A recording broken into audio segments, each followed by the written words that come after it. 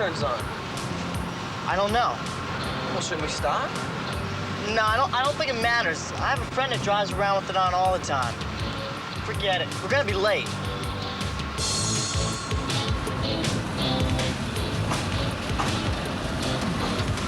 What's going on?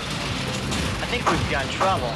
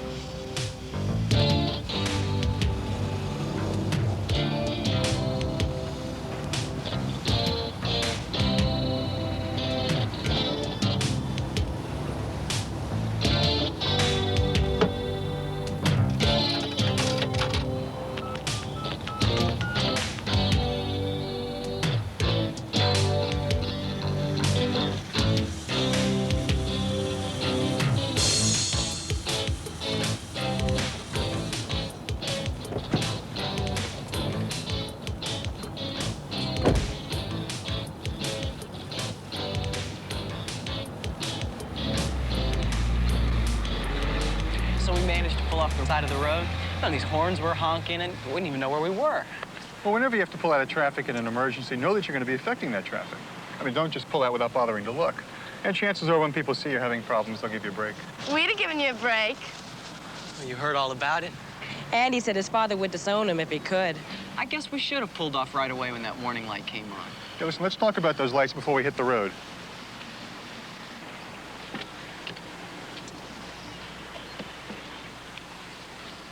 Now, there are three main warning lights or gauges you should all be aware of: oil pressure, temperature, and alternator. Now, if the oil pressure or temperature light comes on, pull off the road as quickly as possible and stop the engine. This is to avoid any permanent damage. If the alternator light comes on, this means the alternator is not charging the battery. And you should drive home, go to a service station, or take it to the dealer. And the reason is you might not be able to restart the car once you turn it off. And your four-way flashers might give out if the battery's weak. Is there anything you can do for yourself? Sure is. If it's the oil pressure light, you might be low on oil, and you can just pour some in. All right, Mark, pop the hood release for me. Cindy, open up the hood.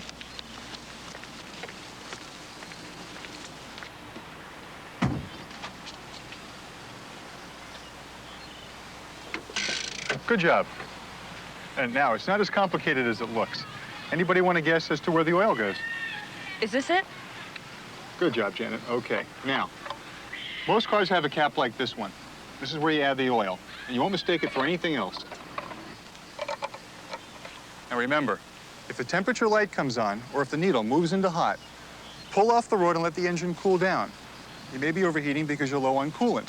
That's one thing you can fix on the road, too. Now, another very important point. Whatever you do, don't take off the radiator cap. It's very hot, and you're liable to have boiling coolant gushing out at you.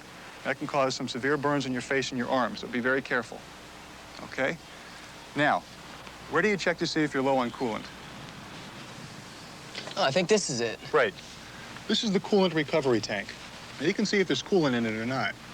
You want to keep a mixture of antifreeze and water in here at all times. Now, in an emergency, you can just add water and keep on driving, as long as the warning light stays off or the needle moves out of hot. Now, sometimes your engine will overheat on a hot day when you're stuck in traffic.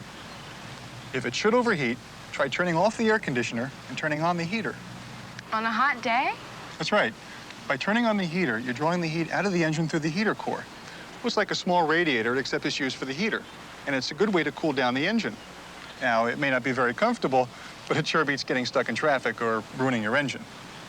Now, there are a few service checks you should make on your car every couple of weeks, and they only take about 3 minutes. But if you take this time regularly, you'll find yourself saving a lot of time, a lot of money, and perhaps even a life down the road. The easy checks are visual ones. Any guesses? Well, this coolant tank you talked about, you can just look at. Good. What else? Washer fluid? Well, it might sound simple, but it's important, too. If you can't see out your windshield, you shouldn't be driving anywhere. And don't forget to use a fluid that won't streak or glaze. Now, is there anything else? All right, that's it for the visual checks. Washer fluid and coolant. Now, let's get down to something we can touch. Mark, you should be an expert on that. Well, you can check the oil. Well, show us how to do it. Okay. Now, tell us what you're doing here. All right, well, you pull out the oil stick, wipe it off, put it back in, and then look at it. I guess it's right where it should be.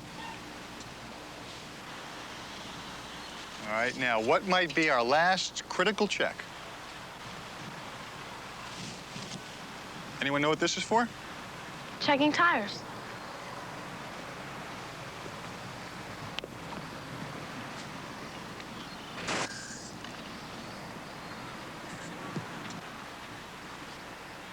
All right, what does it say? 35.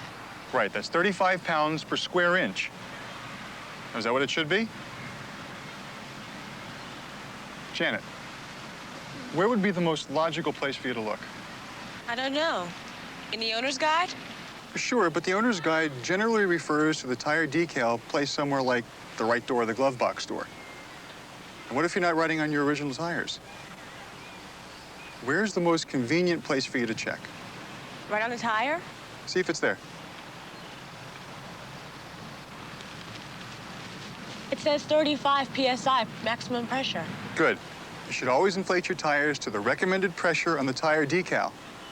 And do it when the tires are cold, because after you drive a bit, they heat up, and that raises the pressure. And cold pressure is what you should measure. Now, 4 simple checks: coolant, washer fluid, engine oil, and tires. Now, do any of you think it would take longer than 3 minutes to check these? Now, of course, there are other checks and maintenance you should do. And it's all in the owner's manual, and I suggest you take a look at it. Okay, Janet, why don't you drive and let's take off.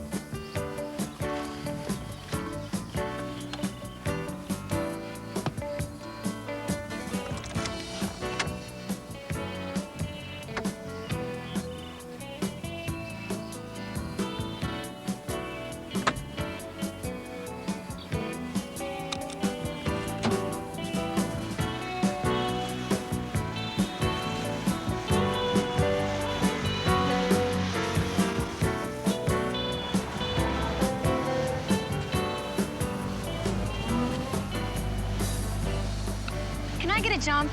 Sure, you got cables? Yeah, they're in my trunk. Okay.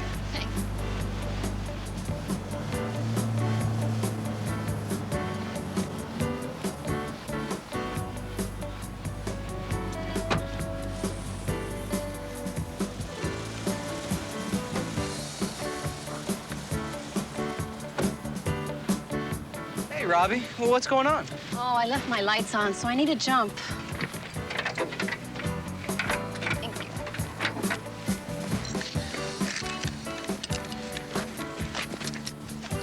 Red is positive, black is negative. Guys, that's not the way to do it. What do you mean? You could get a shock, or the battery might explode if you don't attach the cables right. What are you talking about? I never heard of that. Attach the positive ends first.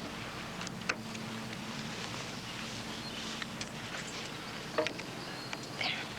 Then the negative end to the good battery. Okay? Now, you're not supposed to attach the negative end to the bad battery. Instead, clip it to the engine block or a bolt in the engine compartment. How do you know all this? My brother works on cars. I've been helping him for years. Well, I still don't think it's gonna start if you don't attach the other side to the battery. The reason you don't do that is because you could get a spark, or gases from the battery could cause it to explode. Come on, let's give it a try.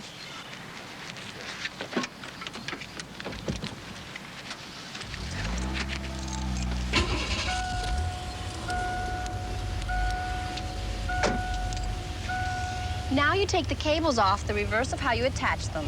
The negative, then the positive. Okay. And make sure that your clothing or the cables or anything else stays away from the moving parts. And you guys have been a big help. Thanks. Can I give you a ride home, Mark? Sure. Thanks again, Cambridge. You're welcome. Bye. Bye. Well, I guess you've been working on cars a long time. Well, I'm no mechanic, but I try to do all the simple stuff myself. All you gotta do is read the owner's guide. You make it sound easy. It is, Mark. It really is.